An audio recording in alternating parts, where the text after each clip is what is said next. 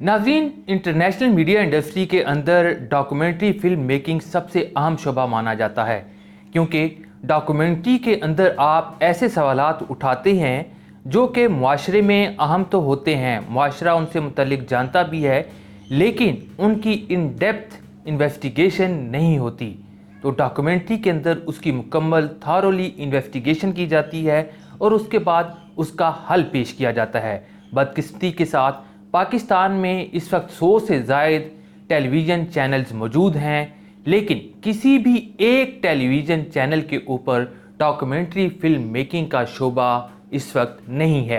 ये बहुत अहम सवाल है कि डॉक्यूमेंट्री होती क्या चीज़ है, क्योंकि बहुत सारी वीडियो रिपोर्ट्स फीचर्स आ तो रहे होते हैं, लेकिन उनमें और डॉक्यूमेंट्री में क्या फ़र्क है। तो मैं अपनी इस वीडियो में आपको डॉक्यूमेंट्री और आम वीडियो फिल्म मेकिंग में फ़र्क बताऊंगा और कोशिश करूंगा कि समझा सकूं कि डॉक्यूमेंट्री कितनी अहम है और आप लोग भी उसे फ्रीलांस काम करते हुए कैसे बना सकते हैं। इंटरनेशनल मीडिया में डॉक्यूमेंट्री को नॉन फिक्शन ड्रामा कहा जाता है। इसका दूसरा नाम डॉक्यू ड्रामा भी है। जी हाँ, बिल्कुल, डॉक्यू ड्रामा। डॉक्यू ड्रामा का मतलब है कि डॉक्यूमेंट्स से related drama. Non fiction drama का मतलब है कि जिसमें फिक्शन नहीं होगा, कोई ख्याली चीज़ नहीं डाली जाएगी, जो भी चीज़ होगी परफेक्ट होगी, डॉक्यूमेंट बेस्ड होगी, परफेक्ट होगी और अथेंटिक चीज़ होगी उसके अंदर। नाज़रीन, डॉक्यूमेंट्री मुआशरे से रिलेटेड कोई भी एक सवाल होता है, जिस सवाल को आप अपनी डॉक्यूमेंट्री के अंदर विजुअल्स, उसके साथ डॉक्यूमेंट्स, फिर इंटरव्यूज़ के अल्फाज के ज़रिए एक फिल्म प्रोड्यूस करते हैं, एक ड्रामा प्रोड्यूस करते हैं, जिसमें आप लोगों की अट्रैक्शन के लिए कि वो लोग बोर ना हों, उसमें हुक का आंसर इस्तेमाल करते हैं। जी नाज़रीन, मैं यहाँ पर हुक बोल रहा हूँ, HOOK हुक, यानी कि किसी भी चीज़ का फंसाना, हुक करना, ताकि आप व्यूअर्स को अपनी इस वीडियो के अंदर हुक कर सके, उनकी अटेंशन ग्रैब कर सकें। बहुत सारे ममालिक में इसको ग्रैबिंग अटेंशन, पाकिस्तान में भी जो सिलेबस पढ़ाया जाता है उसको अटेंशन ग्रैब या ग्रैबिंग अटेंशन और हुकिंग भी बोला जा रहा है इसको। तो सबसे अहम जो एलिमेंट होता है वो हुक करना होता है कि आप अपने व्यूअर्स को हुक कैसे करेंगे। उसके लिए बेहतरीन ये होता है कि आप कोई एक ऐसा क्वेश्चन रेज कर लें जो डॉक्यूमेंट्री के एंड तक जाए और वो लोगों को उसके अंदर खोज लगाने में मदद कर सके। डॉक्यूमेंट्री के अंदर जितने भी आपके फैक्चुअल स्टेटमेंट्स होंगी, स्टैटिस्टिक्स होंगे, उतनी ही डॉक्यूमेंट्री आपकी अच्छी और फैक्चुअल बनेगी। फिर आता है आपके विजुअल्स। विजुअल्स नहायत अहम होते हैं, क्योंकि जितने भी व्यूअर्स होते हैं वो आपके विजुअल्स देखते हैं या फिर आपकी आवाज़ सुनते हैं। अगर वॉइस ओवर और विजुअल्स अच्छे नहीं हैं तो आपकी डॉक्यूमेंट्री फ्लॉप हो जाती है। फिर आता है नाज़रीन, अगर आपने इसके अंदर कोई एनिमेशन यूज़ करनी है तो वो बहुत पावरफुल हो, उसकी जो कलर स्कीम है वो बहुत ज़्यादा अच्छी होनी चाहिए। चौथे नंबर पर नाज़रीन, इसकी आप एडिटिंग लेंगे। एडिटिंग जितनी भी पावरफुल होगी, उसमें अगर जंप्स नहीं होंगे तो आपकी डॉक्यूमेंट्री ज़्यादा असर रखेगी और लोगों को देखने में उसका मज़ा आएगा।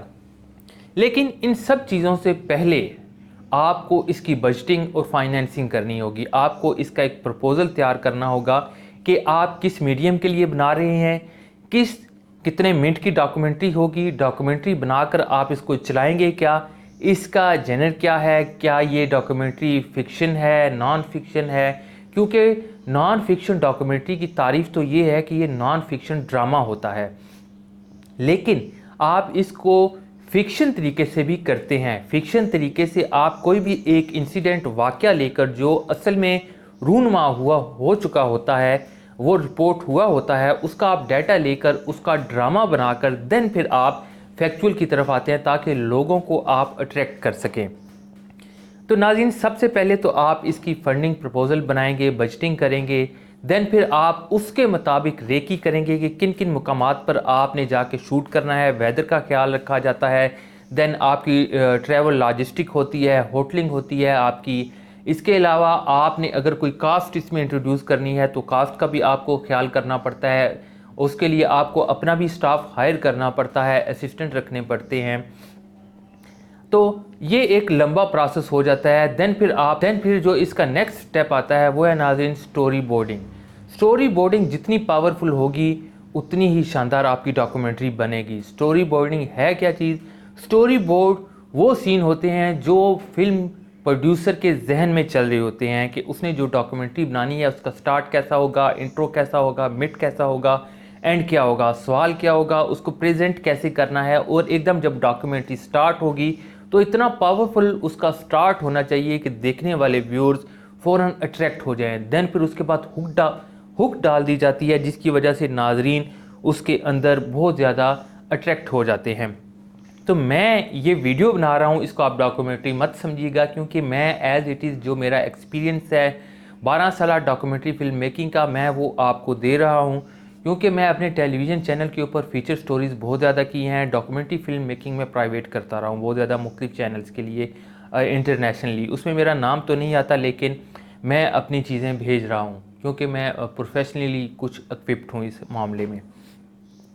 तो नाज़रीन नेक्स्ट ये होता है कि आप स्टोरी बोर्डिंग करते हैं। स्टोरी बोर्डिंग में जो भी एक सीन है उसका मुकम्मल एलिमेंट आप अपने विजुअलाइज करते हैं। पहले तो ये होता था कि हाथ से स्टोरी बोर्ड बना लिया जाता था, उसके आप पेज के ऊपर किसी भी तरह जो ख़ास एलिमेंट होते हैं उसको आप विजुअलाइज कर देते हैं। लेकिन जदीद तरीके में आजकल स्टोरी बोर्डिंग के लिए 3D आर्टिस्ट को हायर किया जाता है और वो स्टोरी बोर्ड तैयार कर रहे हैं। तो ये बहुत इन डेप्थ जाके प्रोफेशनल काम है। स्टोरी बोर्डिंग के बाद आपका प्रोडक्शन का काम स्टार्ट हो जाता है कि आपने इक्विपमेंट कैसा लेना है, कैमरे कौन से लेने हैं, लेंस कौन से लेने हैं, माइक कौन से लेने हैं, लाइट्स कौन सी लेनी है, रिफ्लेक्टर्स कौन से लेने हैं, आपके साथ अमला कौन सा होगा, कहाँ कहाँ पर जाएंगे।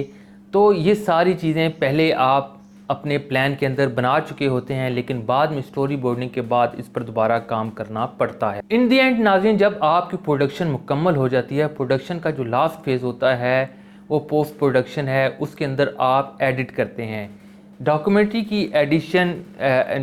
की एडिटिंग एक बहुत ही थका देने वाला और जिसे कहते हैं कि मुश्किल काम है। इसके लिए आपको एक्सपर्ट एडिटर्स लेना पड़ते हैं। बाहर के ममालिक में तो जो प्रोड्यूसर होता है वही डायरेक्टर होता है और वही एडिटर और camera work director of photography भी वो खुद होता है।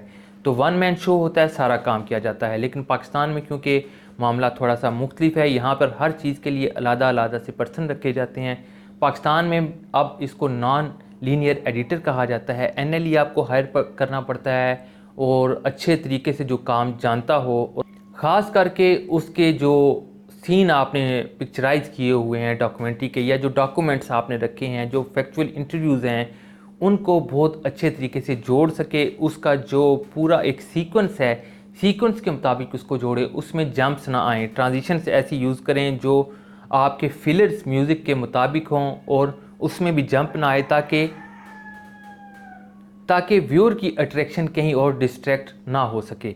तो नाज़रीन ये होता है। देन फिर आप जिस जैनर के लिए डॉक्यूमेंट्री बनाई है, जिस मीडियम पर आप अपनी डॉक्यूमेंट्री देना चाह रहे हैं, वो फिर आप आगे आपका मार्केटिंग डिपार्टमेंट उसको लेकर चलता है और आपकी चीज़ को हिट किया जाता है। ऑफिशियली डॉक्यूमेंट्री फिल्म मेकिंग 3 से 6 माह में एक डॉक्यूमेंट्री बनती है, लेकिन पाकिस्तान में क्योंकि मामला मुख्तलिफ है, पाकिस्तान में डॉक्यूमेंट्री सिर्फ एक दिन में ही तैयार हो जाती है। वल्लाह आलम क्या किया जा रहा है कि एक दिन में डॉक्यूमेंट्री तैयार होती हैं। तो मैंने एक छोटी सी कोशिश की है कि डॉक्यूमेंट्री फिल्म मेकिंग है क्या, आप कैसे कर सकते हैं।